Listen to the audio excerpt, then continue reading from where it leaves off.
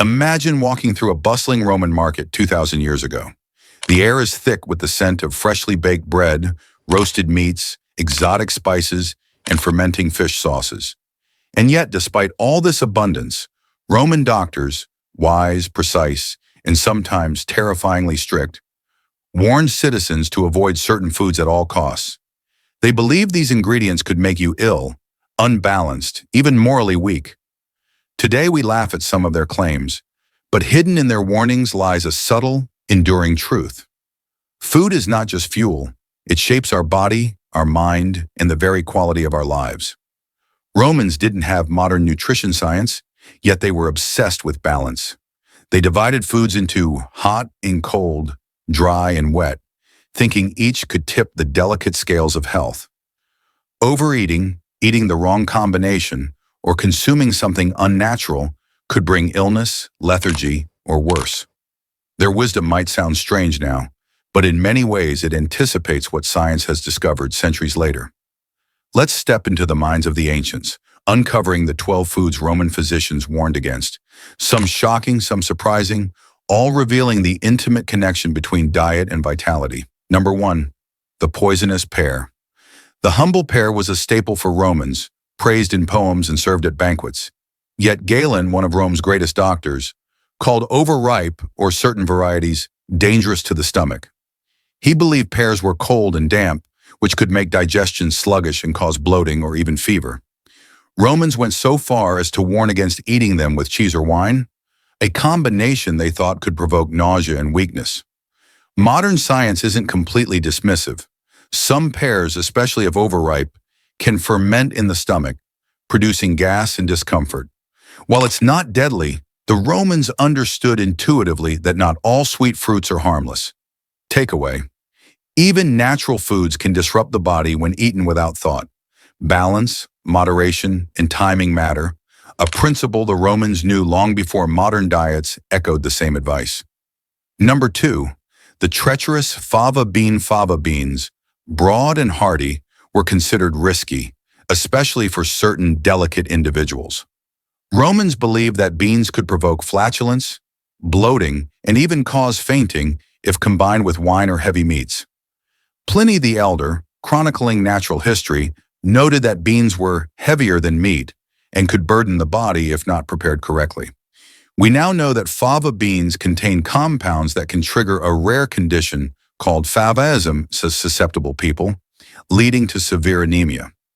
Romans couldn't measure hemoglobin levels, but they noticed the ill effects in vulnerable individuals. Takeaway: observational science matters. Listening to your body, as the Romans did, often uncovers truths modern instruments may later explain. Number 3, raw or underprepared fish. Romans loved fish, fresh, pickled, fried, or grilled. But raw or partially cooked fish was treated with suspicion. The ancients warned that cold, damp fish could corrupt the stomach, produce lethargy, and even invite disease. For wealthy Romans, exotic fish arriving from distant provinces carried an aura of danger. Unfamiliar textures, smells, and preparation methods were considered risky to digestion. Today we understand why. Raw fish can harbor parasites and bacteria, and without proper handling, it poses real health risks. Galen's insistence on proper cooking is a principle we still observe in sushi-grade preparation. Takeaway: food hygiene and preparation were crucial to survival in Rome, and they remain essential today. Respect your ingredients, respect the process. Number 4, the deadly mushrooms. Mushrooms were both revered and feared. Romans recognized some as delicacies, while others were outright deadly. Pliny described certain fungi as hidden poisons that could cause sudden death or sickness if consumed carelessly. Ancient cooks were trained to distinguish edible varieties from toxic imposters, a matter of life and death. Even now, mushrooms carry risks. Some wild varieties are dangerously toxic, while others are nutritious staples. The Roman approach, knowledge, caution, respect for nature's power, is timeless. Takeaway: curiosity without caution can be deadly. Educate yourself about what you consume, because ignorance can be fatal. Number 5, Excessive rich sauces and garum, the fermented fish sauce that defined Roman cuisine, was a flavor explosion. Yet physicians warned against overindulgence. Too much garum, often combined with fatty meats, was considered heavy, clogging the stomach and disturbing the humors. Overuse could lead to indigestion, headaches, and sluggishness. This mirrors modern understanding of sodium, MSG, and highly processed flavorings. The Romans intuited that overflavored, salty, and fatty foods could tax the body's natural balance. Takeaway: flavor should enhance, not overwhelm. Moderation in seasoning and richness keeps both body and mind in harmony. Number 6. Goose liver and fatty delicacies. Roman banquets displayed gluttony at its peak. Foie gras-like goose livers and other fatty dishes were considered luxurious but dangerous if eaten often. Doctors feared these foods would clog the body with cold, heavy humors, leading to lethargy and digestive disorders. Modern medicine agrees excessive saturated fat can burden the liver, raise cholesterol, and contribute to metabolic disease. Ancient Rome, with no lab tests, relied on keen observation and centuries of experience. Takeaway: even indulgence carries a price. Savor richness in small portions. Your body remembers excess long after the feast is gone. Number 7. Overripe or moldy. Cheese was a Roman staple, but not all cheeses were welcome at the doctor's table. Soft, moldy, or aged beyond freshness could upset digestion and produce feverish symptoms. The Romans categorized these as wet and cold, prone to imbalance in vulnerable bodies. In truth, spoiled cheese can harbor bacteria, leading to foodborne illness. What Romans called imbalance, modern science recognizes as bacterial infection or digestive stress. Takeaway: freshness is health. Trust your senses and never assume that every traditional food is safe in all conditions. Number 8. Excessively sweet desserts. Roman sweets, honey cakes, candied fruits, and pastries were tempting but often considered harmful. Honey, while praised for medicinal properties, was also recognized for its ability to overheat or unbalance the stomach if eaten in excess. Sweetness, Romans warned, could provoke laziness, heaviness, and digestive malaise. We now know that excessive sugar contributes to obesity, insulin resistance, and dental disease. The Romans, without microscopes or biochemistry, understood the core truth. Too much sweetness burdens the body and dulls the mind. Takeaway: natural or not, sweetness requires restraint. Moderation protects vitality, clarity, and energy. Number 9. Excessively cold foods. Romans often warned against foods served too cold, including raw vegetables, chilled drinks, and cold water immediately after meals.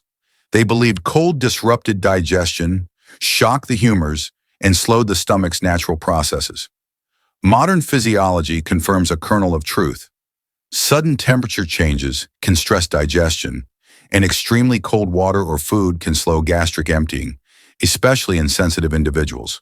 The ancients turned observation into guidance long before thermometers existed.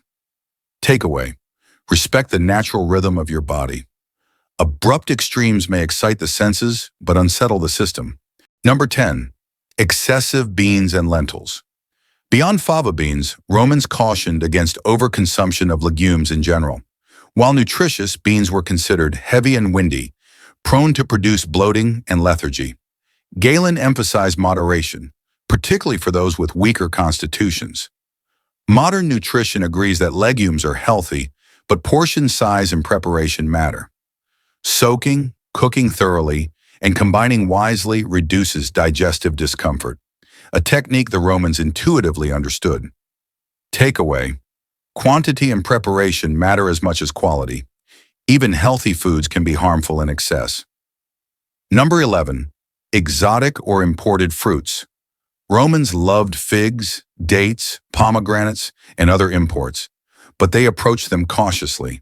They believed foreign fruits could upset the body, especially if eaten out of season or unripe. These foods were considered heating or cold, depending on type, and could provoke imbalance, fevers, or digestive disorders. Today we recognize that foods grown far away may carry pathogens or spoil more easily in transport. Roman caution was an early version of food safety and seasonality awareness. Takeaway: respect origin, season, and ripeness. Nature has a rhythm that, when ignored, disrupts health. Number 12. Overindulgence in wine. Finally, wine, the lifeblood of Roman social life. Physicians didn't condemn wine entirely. They recommended moderation. Too much wine was seen as a destroyer of humors, promoting weakness, poor judgment, and digestive chaos. Doctors advised diluting wine with water, observing portion, and never drinking excessively during illness.